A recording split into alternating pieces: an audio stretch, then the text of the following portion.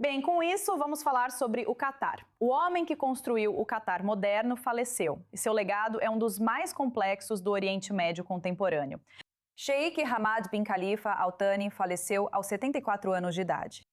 Em 18 anos como emir, ele transformou um pequeno país periférico do Golfo em potência global, fundando a Al Jazeera, comprando a Harrods, sediando a Copa do Mundo e criando uma das redes diplomáticas mais influentes do mundo. Ele abrigou o grupo terrorista Hamas, foi o primeiro chefe de Estado a visitar Gaza após o grupo assumir o poder e fortaleceu laços com o Irã, causando desconforto entre os vizinhos. E então, ele voluntariamente entregou o poder ao seu filho em 2013, um ato praticamente inédito no Golfo. O filho, atual emir, media a guerra entre Estados Unidos e Irã, enquanto é bombardeado pelo Irã e abriga a maior base aérea dos Estados Unidos na região. Agora, o Catar certamente nunca foi fácil de categorizar. O Sheikh Hamad garantiu isso. Agora, quem se junta a nós é a doutora Ariel Admoni, especialista em Catar na Universidade Ariel e no Instituto de Jerusalém para Estratégia e Segurança. Doutora Admoni, qual é a importância dessa perda para o Catar e para a região? Primeiramente, obrigado por me receberem. Ainda hoje, em embaixadas, por exemplo, na Líbia ou em outros lugares da África, podemos ver na parede, ao lado do emir atual, a foto do Sheikh Hamad. E por esse motivo, precisamos lembrar que o legado do emir atual é, na verdade, baseado em seu pai.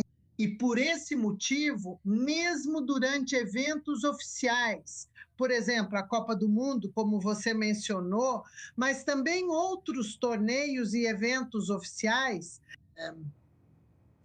eventos em Doha, vimos que o emir anterior, era um dos convidados de destaque. E por esse motivo, não é apenas algo simbólico, mas também em um sentido simbólico. Precisamos lembrar que ele, como você mencionou antes, sabia como promover o Catar. Até mesmo o ato dele, em 2013, quando ele supostamente abdicou, e o verdadeiro motivo foram questões de saúde, mas o Catar soube promover isso como algo único no Golfo, o que é típico da conduta catariana de ser único na região, independentemente do que o resto do Golfo pense. Certo. O Sheikh Hamad criou a política externa do Catar, acreditando que um país pequeno poderia se tornar indispensável para todos ao mesmo tempo, até mesmo para os inimigos. Ele recebeu Hamas e a base militar dos Estados Unidos no mesmo país. Quero dizer, quão sustentável é esse modelo em uma região que agora exige que os países escolham um lado? Acho que nos anos 1990, quando o Sheikh Hamad, precisamos mencionar nesse contexto, a Sheikha Hamza é a segunda esposa, e HBG Hamad bin Jassim é o ex-primeiro-ministro.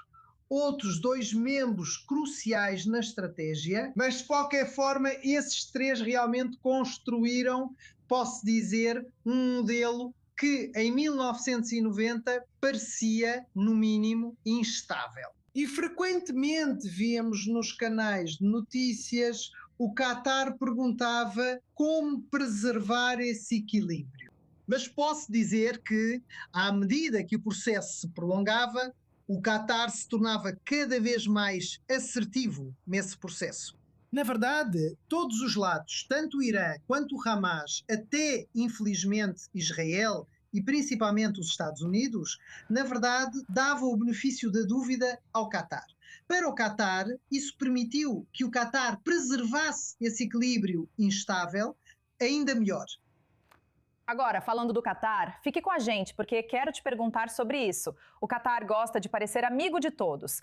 O Fundo Soberano do Catar agora estaria vetando a produção do domo de ferro em uma fábrica alemã de carros. O fundo possui quase 17% dos direitos de voto da Volkswagen e bloqueou um acordo que permitiria que a empresa de defesa israelense Rafael fabricasse componentes do domo de ferro na problemática fábrica da Volkswagen em Osnabrück. Esse era um acordo que teria salvado 2.300 empregos alemães. Então, qual é a objeção do Catar aqui? Bem, eles dizem que as tensões com Israel são o motivo.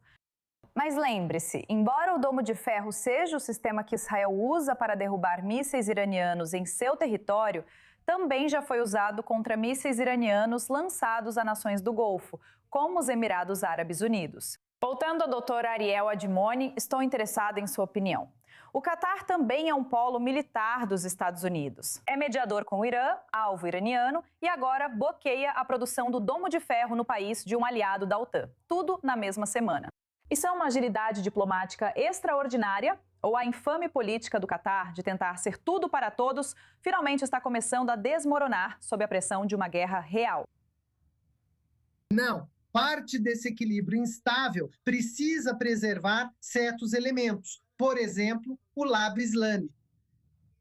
A técnica oficial, ou posso dizer, a mais útil para o Catar manter o lado islâmico do seu lado, é ser anti-Israel. Especialmente quando se trata de aspectos de produtos militares israelenses, com os quais o Catar não pode ser associado. Precisamos lembrar do mesmo QIA que agora foi filmado. Esse acordo é o principal. Parte de sua liderança está sob Nasr al-Khelaifi, o proprietário do Paris Saint-Germain. E vimos no Paris Saint-Germain o sentimento anti-Israel e o sentimento pró-Palestina, pró-Hamas. Não é coincidência que o Catar preserve seu equilíbrio instável. A maneira de fazer isso é, na verdade, atacar Israel e ser retratado como aquele que é amigo de todos, exceto de Israel, e realmente limitar Israel. E é por isso que, quando Israel, infelizmente, precisa deles para cooperação de inteligência, etc., novamente, apenas fontes abertas, mas ainda assim é assim que o Catar preserva. E o interessante é ver se o ministro das Relações Exteriores de Israel, Agana, diz que isso é uma exceção, que talvez a população da Alemanha fique irritada. E especialmente se o Catar tentar compensar a população da Alemanha em outros estabelecimentos, por exemplo, como parte desse equilíbrio instável. Bem, doutor, eu tenho que dizer que especialistas alemães em segurança alertaram publicamente que a Europa não deve se tornar dependente de investidores dos estados do Golfo que podem vetar decisões de defesa, sabe? Exatamente como essa, no final das contas. Mas nosso tempo acabou. Agradeço muito por participar conosco. Foi interessante ouvir sua opinião.